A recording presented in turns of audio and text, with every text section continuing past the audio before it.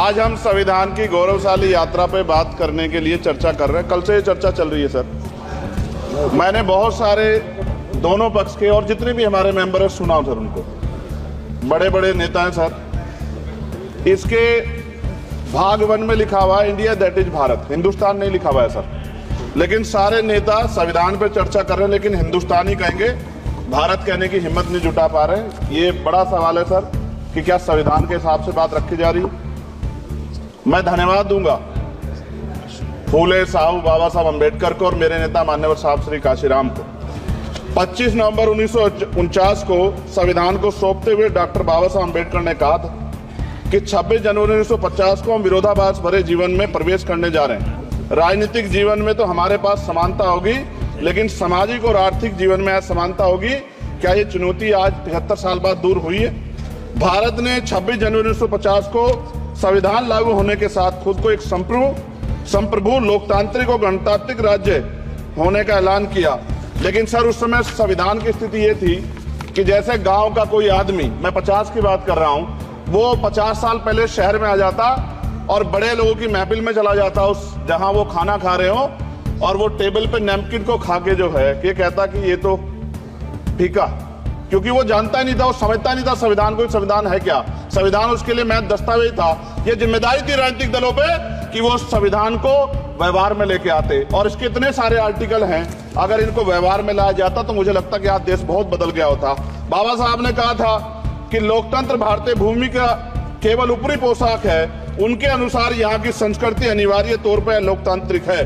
भारत जैसे गरीब और गैर बराबरी वाले देश में संविधान के जरिए छुआछूत खत्म करना, वंचितों के लिए सकारात्मक उपाय करना, सभी वयस्कों के लिए मतदान का अधिकार देना और सबके लिए सम्मान अधिकार तय करना, ये बहुत बड़ी उपलब्धि थी सर। ये संविधान है कि आप वहां बैठे हैं और मैं यहाँ खड़ा होकर अपनी बात रख रहा हूं, और इस देश में आदिवासी महिला के तौर पे जो है राष्ट्रपति बनी है, और प्राइम मिनिस्टर तो नहीं बना, लेकिन शेड्यूल कास्ट के बड़े नेताओं को भी जो है राष्ट्रपति बनने का मौका मिला। ये संविधान की देन। अगर वोट हम पे नहीं होता तो शायद अमीर और जो राजा महाराजा खुद को मानते हैं हमारी गलियों तक नहीं आ पाते, हमारे हाल नहीं जान पाते।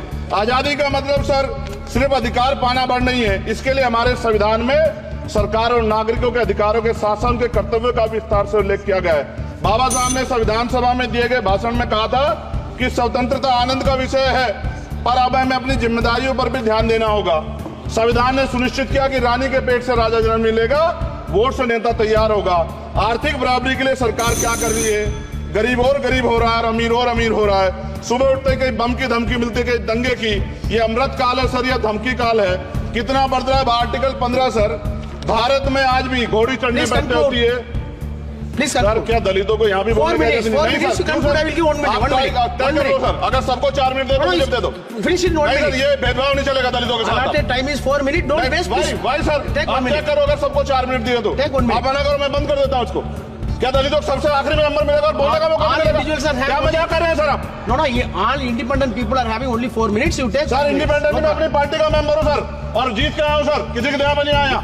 Take 1 minute and finish sir. कल भी बोले तो एक दलीय पार्टी के लोग, आप मौका दो सर। मूछे रखने पर हत्या होती है, महिलाओं पे, छोटे मासूम बच्चों पर रेप हिंसा होती है। एनसीआरबी का डाटा देकर डर लगेगा। यही 1 किलोमीटर में संविधान को जलाया गया, और महाराष्ट्र के परभनी में अभी भी संविधान को नष्ट किया गया, उसकी कॉपी को। आर्टिकल 25-26 में संविधान में सभी को धार्मिक आजादी। कहाँ है दलितों की, मुसलमानों की, जैनों की, बौद्धों की, ईसाइयों की? छत्तीसगढ़ में सतनामी समाज को संविधान की अपनी धार्मिक आजादी के आधार पर जो है उनको अपमानित करके जेल में बंद कर दिया। संभल, अजमेर, अयोध्या सब इसका उदाहरण है। आज ये सरकार आलोचना डरती है। कितने लोग जेल में बंद है? मिरान हैदर, खालिद सैफी, उमर खालिद खान, सिफा खान, गुलफ्शा फातिमा और आजम खान साहब राजनीतिक विरोध में बंद है। सरकार यहाँ बैठी है, सरकार सामाजिक न्याय की बात करती है। बताए कितने दलित मुख्यमंत्री बना रखे हैं आपने? 13 ज्यादा सरकार स्टेट में सरकार है। कितनी महिला मुख्यमंत्री है? आपकी सरकार ने सुप्रीम कोर्ट के आदेश के बाद रिजर्वेशन प्रमोशन में जारी नहीं किया, और ओबीसी को पॉलिटिकल रिजर्वेशन आप देंगे नहीं देंगे, आप बताने का काम करें। मैं 75 साल की गौरव यात्रा में हम एक सभ्य समाज नहीं बना पाए, इसलिए जाति आधार पर SC ST OBC के बच्चों को प्राइमरी स्कूल से लेकर उच्च संस्थानों में भेदभाव किया जाता है। सरकार निरंकुश होगी, कोई बुलडोजर से कार्रवाई करता है। कल मंत्री जी ने कहा हमने राष्ट्रीय पिछड़ा वर्ग आयोग बनाया, 69 शिक्षक भर्ती में उसकी सिफारिशों को नहीं माना। EWS के जरिए आपने संविधान पे, आरक्षण के प्रावधान पे हमला किया। 1 मिनट में खत्म कर रहा हूं सर।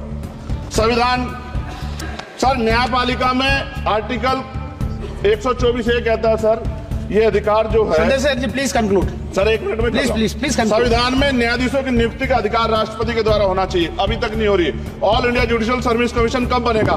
क्या चंद परिवार ही सर जज बन सकते हैं? और आज हम सर, मैं सरकार से सवाल पूछना चाहता हूं सर, सेवाओं में SC ST OBC वर्ग का कितना प्रतिनिधित्व है? भारत सरकार के मंत्रालयों के अधीन PSU में, बैंकों, बीमा कंपनियों में और स्वशासी संस्थानों में आउटसोर्स तथा कॉन्ट्रैक्ट पर वर्तमान कार्यरत कर्मचारी कुल कितनी संख्या है? आउटसोर्स और कॉन्ट्रैक्ट में कार्यबल SC ST OBC कितना प्रतिशत है?